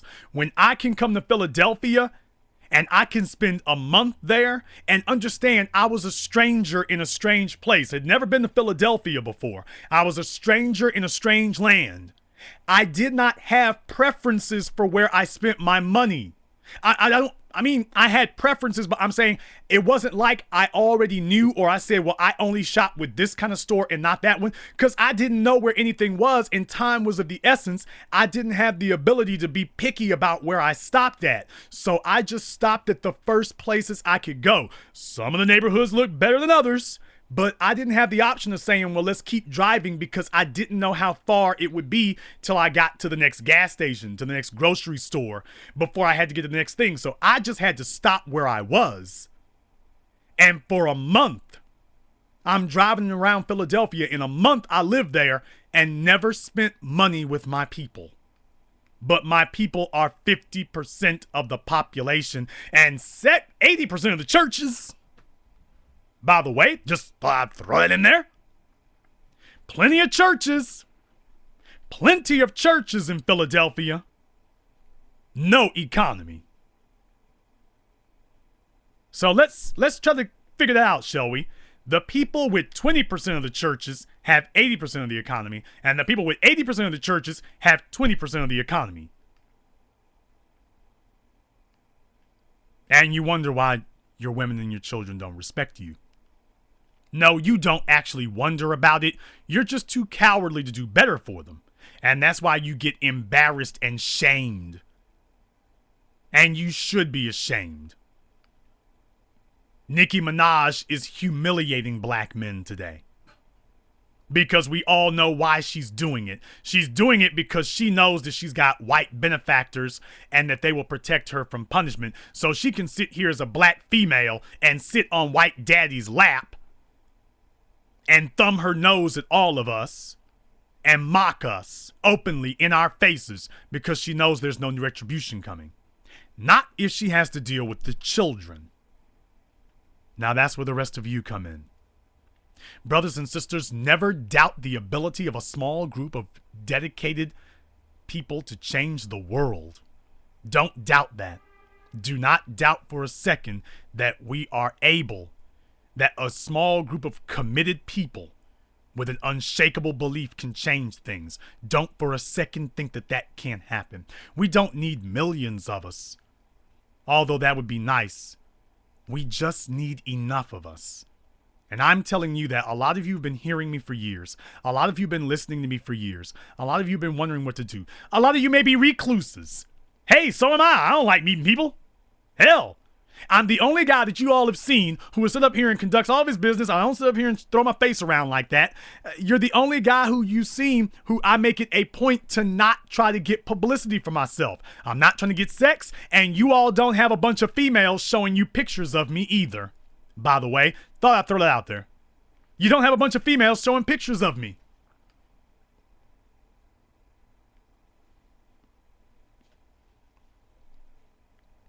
So you know I ain't been trawling for panties on the side. I understand. I understand. I understand what it's like.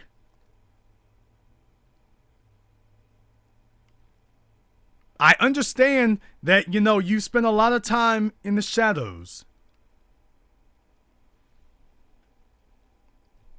I understand that your faith has been shaken. And I know what that feels like. I mean, I understand that. I know that you've had a lot of time to become demoralized. You've had a lot of time to give up. But I'm telling you, don't. I'm telling you that you can change things. But it's going to take you and me and us and we You can't do it alone. Neither can I. So let's do this together. Let's do this together. I'm calling all of you to come out of the shadows. Dr. Boyce Watkins said that he's going to be in Chicago. I'm very glad to hear that. Alayla Bundles, the great-great-granddaughter of Madam C.J. Walker, no less of a luminary than that, is going to be joining us in Washington, D.C. Shalimar Blakely, the executive director for the African American Philadelphia Chamber of Commerce, she's going to be there. I've invited everybody else who was in the movie. I've invited them also to join us. As we get confirmation of that, I'll let you know. But the most important person that I'm inviting to this is you. The most important person to be there is you. Because you are the one who's going to make the real difference. I know you don't feel like you're a hero, and you don't feel like you got an S on your chest, and I know you don't feel very heroic right now.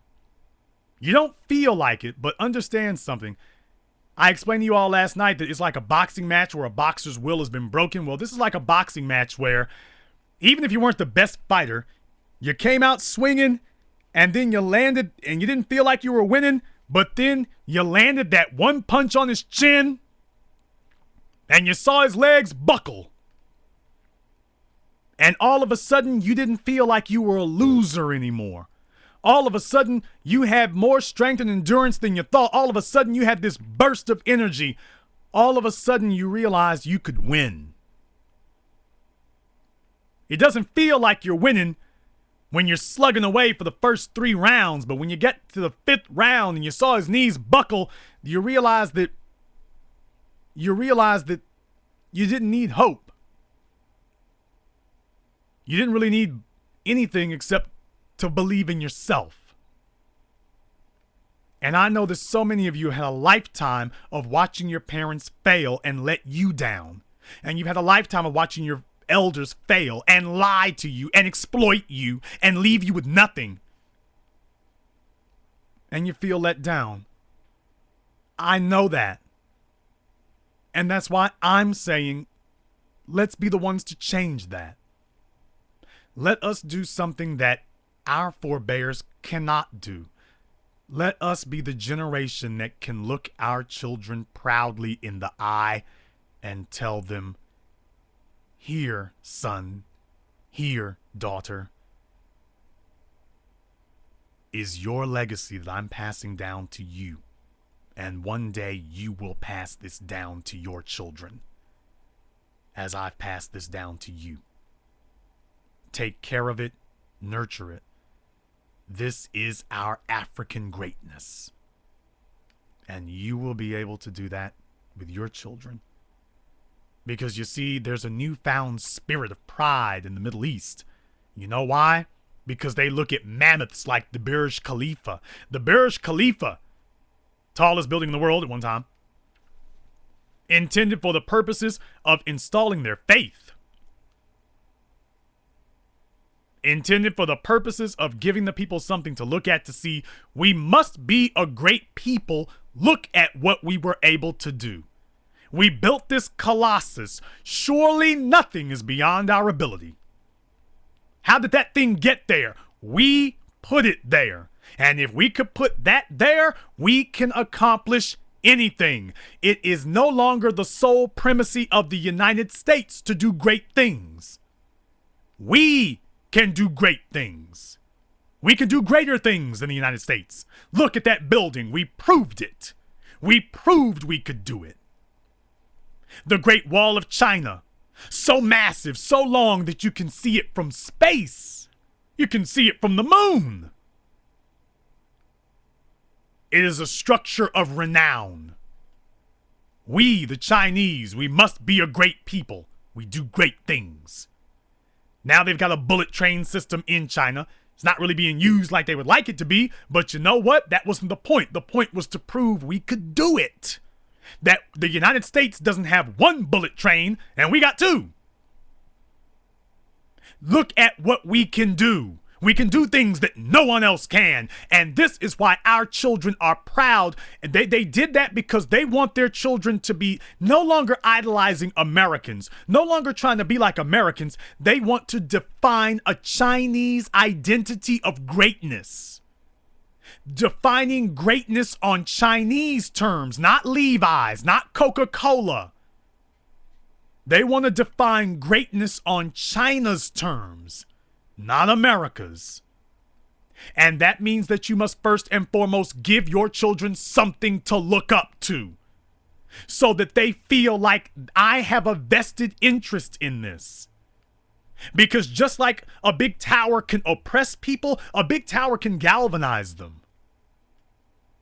And it can tell that just like it can be something foreboding and menacing to the children and ominous, it can also be something that they look at every day and say, you know what? It doesn't matter about my lack of belief in myself. That structure sitting up there proves it can be done. All I have to do is keep slugging till I get it. And we as black people have robbed our own children. It's shameful. But we've robbed our own children of that type of faith and belief. We're telling them about pyramids and our children are laughing at us because they know you didn't have a damn thing to do with that pyramid. Stop it. Let's give our children new pyramids. Let's show our children that other people, they built skyscrapers starting in hell with the Tower of Babel. Skyscrapers are old. Look at the Leaning Tower of Pisa. Skyscrapers are old. Skyscrapers are old hat. We are Africans. You go to space in a space shuttle. We're going to be the first people who build transporters. We didn't go to space, we just went straight to the moon. Took you 3 days to get there. We got there in 3 seconds. And you're still trying to figure out how we built a pyramid. We're already on transporters. Let's show them that we're the first people who could build an upside down pyramid. How in the hell did you get that thing to balance on its point like that? That's physically impossible. Let's be the first people to do that. Let's be the first people who are actually able to do cold fusion. Let's show our children that when they take a look at the people who built the 21st century, let's show them a wall of fame with nothing but black faces. Let's show our children that when they bring their white and Asian and Latina friends over for a visit, you can show them the wall of the wall of greatness, and show them that the cell phone they're using, that we pioneered a new technology. We pioneered 4H. Okay. H comes after G, but you get the idea. That wasn't meant to be a double entendre, but you understand. Hell, they're talking about projection TVs. Let's show them that projection TV you built, it was a black man who created that. Let's show them that the hovercraft that they're riding in, that it's a black man who did this. Let's show them that the clothing that they wear that no longer needs to be washed, that your forebears got us doing clothes the way that they did when they were washing them in the river back during the pioneer days. Essentially, that's what we still do today. We're still doing the same thing. Turbulent water. That's all that washing clothes is today. It's no different. All we do is add a detergent and try to put in a fabric softener to help the clothing regain its animal life that all that water running through it is washing out of it. You're tearing your clothes apart. Let's be the first people who create clothing that does not need to be washed and doesn't stink. That is clothing that you simply wear. That's right. The old clothing that you all created is obsolete. We have created clothing that needs no washing. We've created cars that require no repairs, or the repairs are very simple. We've created a society that requires little or no recycling, or the recycling that it does require is simple to do. Not a society that's piling up trash to the point that we now have cities of garbage floating in the ocean. You see, that's called vision. And when you give your children vision, because children are born with nothing but vision, that's why they spend most of their time in fantasy worlds. They're born with nothing but vision. Fantasy worlds are all right for kids, not okay for adults. Adults are supposed to have chosen, by the time you become grown, you are supposed to have chosen which fantasies you are going to bring into the real world. That's what an adult does. You are supposed to have made up your mind which fantasies you are going to extract from your dreams and bring into the real world. That's an adult. Anything else is a child. And a lot of you are behind your children because your children are at least making Lego sets and bringing their dreams out, at least in scale. And a lot of you don't even have them anymore. And guess what? Your children don't respect you. You lie to yourself and tell you that they do. Why? Because they haven't spit and kicked you in the face. But do you notice that your children don't tell anybody else about how great you are? Do you notice that? Most black people are totally oblivious to the fact that, by the way, do you notice your children don't talk about anything about you? They go to their friends' houses. Black folk can talk to each other for months on end and never say anything about their parents. Certainly never say anything about anything great that their parents did. They can talk about where their parents have failed, but do you notice black folk can talk to each other for months and never even once discuss the great thing that their parents have done? Never tell their friends about how proud they are of their parents. Do you notice that? Now, the ones who've been brainwashed by bastard baby makers, they'll sit up here and be giving out, accolades for things that never actually happened. Now, they'll do that. They'll do that. But as a group, no. For real things that you can actually measure and see, we don't do that. Why? Because there's nothing there. You can't have the conversation with your non-black friends about the businesses that your dad built that are now, that the news media is talking about. He has control of the city council because he's the biggest business owner in town. You don't have that conversation. You don't have conversations where you say that your dad got together with the other banks and you're building this $1 billion expansion, and that there are white citizens who are protesting to the city council saying that you're driving them out of their homes. You're not able to talk to your friends about that. You don't have any conversations with anyone you know discussing that. No one. No one anywhere.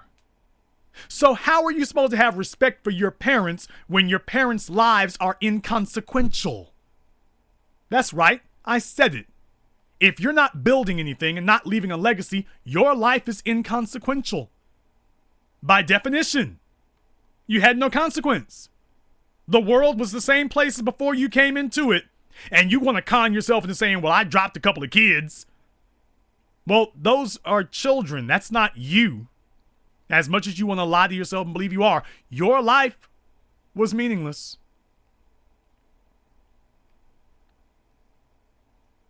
It's time for us to change that.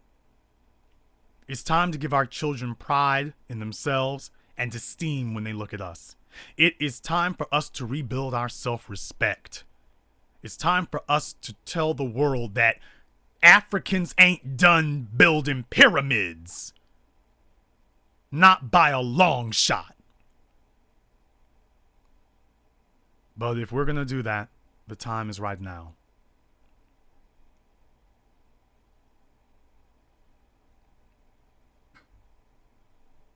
We have 12 days to go.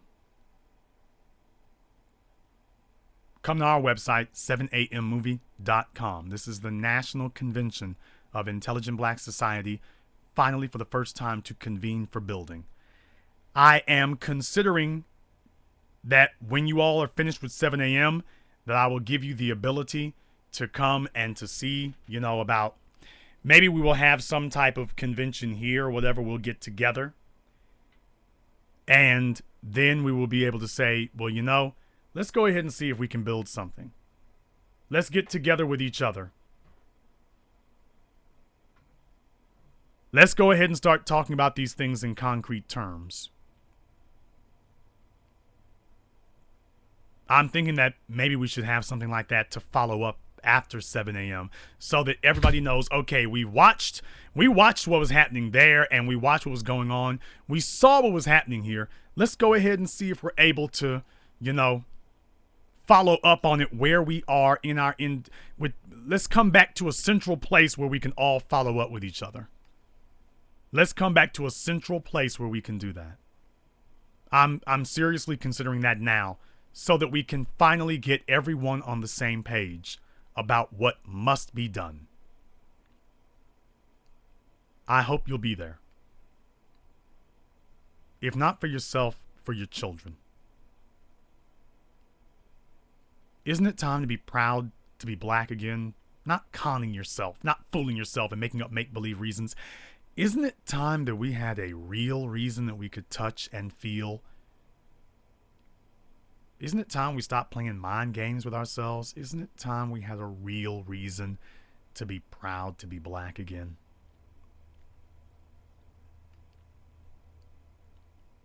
And this concludes the special presentation of the BlackChannel.net radio program. I am your host, your brother, Mr. Jason Black. And until next time, brothers and sisters from around the world, I'll see you at 7 a.m.